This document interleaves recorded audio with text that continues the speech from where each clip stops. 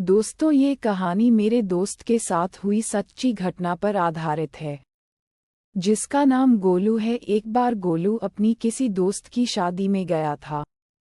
वहां जाकर वह 15 दिन रुका। गोलू शादी में इसलिए रुक गया क्योंकि यह उसकी दोस्त के घर पर हो रही थी।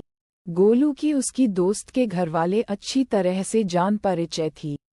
उसकी दोस्त चाहती थी कि गोलू उसकी शादी में आए, इसलिए उसने उसे अपने घर बुलाया।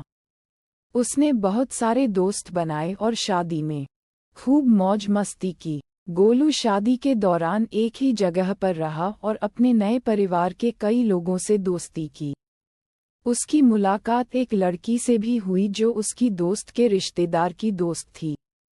3 दिन की शादी के दौरान उन्होंने खूब बातें की क्योंकि उन दोनों के पास खाली समय था।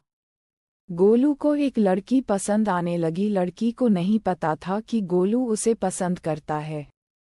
उन्होंने एक दूसरे के फ़ोन नंबर एक्सचेंज किए और गोलू की उस लड़की से दोस्त की तरह बात होने लगी। गोलू और लड़की 1 साल तक दोस्त रहे, लेकिन वे एक दूसरे की भावनाओं को नहीं जानते थे। लड़की किसी और से शादी करने जा रही थी और गोलू उससे प्यार करता था, लेकिन उसने उसे कभी नहीं बताया। गोलू ने सोचा कि लड़की भी उसे पसंद करती होगी, लेकिन वह ऐसा बिल्कुल नहीं सोच रही थी। उसे चिंता थी कि अगर हम इस तरह बात करेंगे तो गोलू हमसे बात नहीं करेगा क्योंकि हम दोस्त हैं। एक दिन लड़की ने गोलू से कहा कि वह शादी करने जा रही है और चाहती है कि वह शादी में आए। उसे उम्मीद थी कि वह आएगा और मौज मस्ती करेगा, जैसे कि वे साथ में घूम रहे हों। वह चाहती थी कि वह उसे खुश करने और अलविदा कहने के लिए वहां मौजूद हो। जब गोलू ने लड़की की बात सुनी तो वह रो पड़ा। उसने उससे कहा कि वह उसकी शादी में आने की कोशिश करेगा, लेकिन उसे पहले कुछ करना है। फिर वह अपने कमरे में चला गया। रात को गोलू बिस्तर पर जाता है और सोने की कोशिश करता है, लेकिन जब वह अपनी दोस्त के बारे में सोचता है तो उसे उसकी बहुत याद आती है। वह उस रात सो नहीं पाया और रोने लगा क्योंकि उसे उसकी बहुत याद आती थी। लड़की अपनी आने वाली शादी को लेकर उत्साहित थी क्योंकि उसे नहीं पता था कि जिस लड़के से वह शादी कर रही है, उसकी पहले से ही पत्नी है। वह शादी से पहले गोलू का अपने घर पर आने का इंतजार कर रही थी ताकि वे अपने नए घर जाने से पहले साथ में मौज मस्ती कर सकें। जैसे जैसे शादी का दिन नजदीक आता गया, गोलू और लड़की पहले की तरह बात नहीं करते थे। लड़की शादी की योजना बनाने और अपने मंगेतर से बात करने में व्यस्त थी, जबकि गोलू अपनी खुद की तैयारियों में व्यस्त था।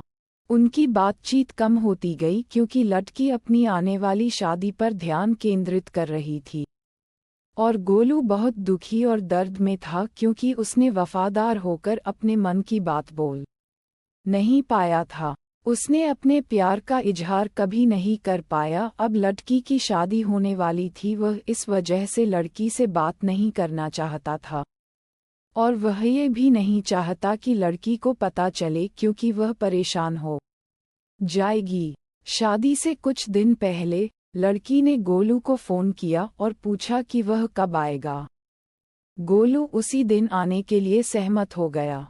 थोड़ी देर बाद शाम को गोलू लड़की की शादी में चला गया। उसने घर की सजावट और कामों में मदद की। अगले दिन लड़की अपने ससुराल के लिए रवाना हो रही थी। गोलू को अपने प्यार को अलविदा कहने का दुख था, लेकिन लड़की उतना नहीं रोई जितनी वह विदा होते समय रोई थी।